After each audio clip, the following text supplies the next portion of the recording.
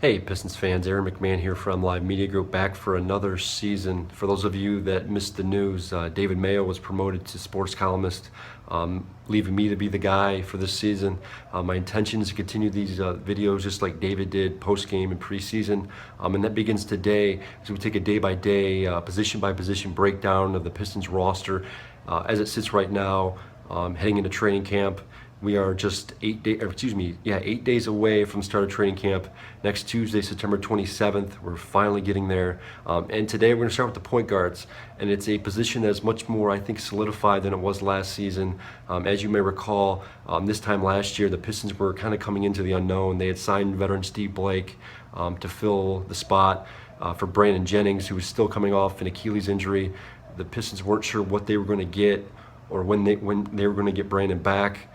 He finally came back in late December, clearly not the same guy. They opted to pass on him in free agency. Brandon ended up signing with the Knicks, but that left a hole for the Pistons that they had to fill. They ended up filling it with a guy with a name I think is going to be key to the Pistons season this year.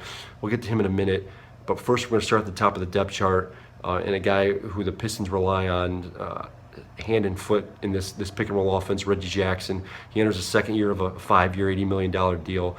Reggie really had a breakout season last year. He kind of developed into one of the premier pick and roll point guards in this league. Averaged north of 18 points a game, 6 assists per game. Got his 3-point shooting percentage up to a career high 35.3%. So he improved in several different areas.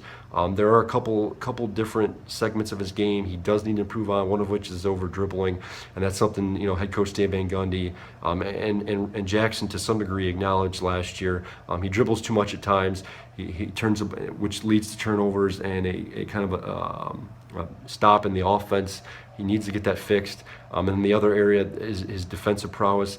Jackson really isn't known for his defense, and to be fair, many point guards around the league aren't relied on for that either. But I know the Pistons would like him to improve that his on-ball defense, and I think that's something you'll see him work on here in training camp and then into the preseason.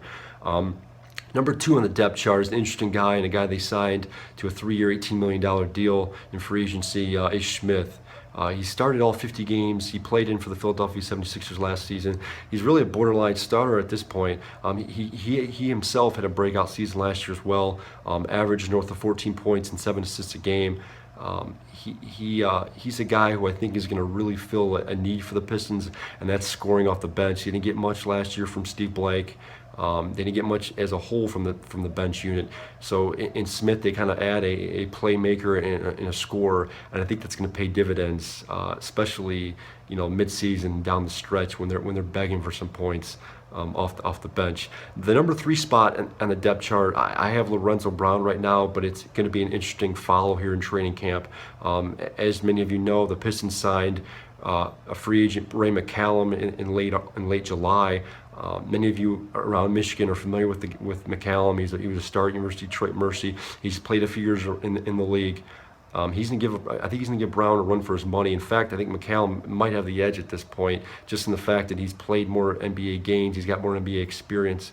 But Brown was considered to be the number 3 coming out of summer league. He kind of dominated in Orlando. He had a breakout summer. But the Pistons went ahead and signed McCallum. Brown has a built-in advantage in the fact that he's been around the Pistons system now for about a year. He played in the D League affiliate in Grand Rapids. He was on the Pistons roster for the near the end of the season. Didn't get into a game, but he was around Van Gundy. He was around the coaching staff. He was around the system. So that bodes well for him too in training camp. It's gonna be an interesting follow going forward. Stay with us. Tomorrow we'll look at the shooting guards, and thanks for watching.